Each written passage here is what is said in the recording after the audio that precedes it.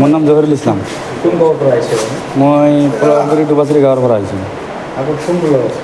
মই আগত B P P আছিলোঁ। আজি কোন দল যোগদান কৰে? মই এতিয়া বিজেপিত জইন কৰিলোঁ। কিয় জইন কৰিলে? বিজেপি জইন কৰিলোঁ, এইটো আমাৰ চৰকাৰটো ভাল, উন্নতি হৈছে, উন্নতি দেখাইছে, আমালোকে চাই আছোঁ।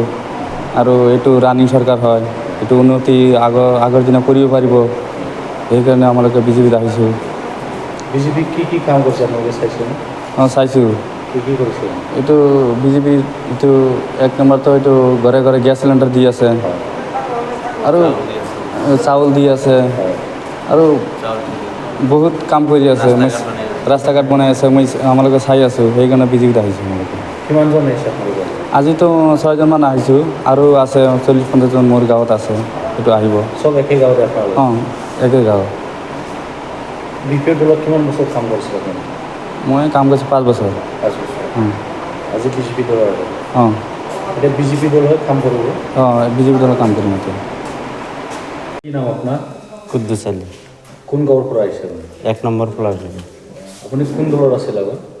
আগত বি পি এফ আছিলোঁ, তাৰপিছত বিজেপিত আহিলোঁ। কিয় আহিল আজি বিজেপিত? বিজেপিৰ এইটো নিমন্ত্ৰণটো ভাল আছে, আইনটো ভাল আছে, হয়, মানে চব বি টি চিটোৰ শান্তি আছে, হয়, বিজেপিৰ সব কিছুই ভাল, মানে উন্নতিও ভাল আছে, হয়। সব কিছুৰ জন্য বিজেপিত আহিলোঁ। কিমানজন আহিছে আপোনালোকে? মোটামুটি এতিয়া 6জন আছোঁ। ছয়জন আহিছে। হয়। আৰু অহাৰ সম্ভাৱনা আছে না? আৰু আছে 30-40জন মান আছে। তেওঁলোকেও আহিব? হয়, চবেই আহিব। আহিব? হয়, সারা জীবনই কাম কৰি থাকিম বিজেপিত। বি পি এফত কিমান বছৰ আছিল আপুনি? আছিলোঁ মোটামুটি 8 বছৰমান আছিলোঁ।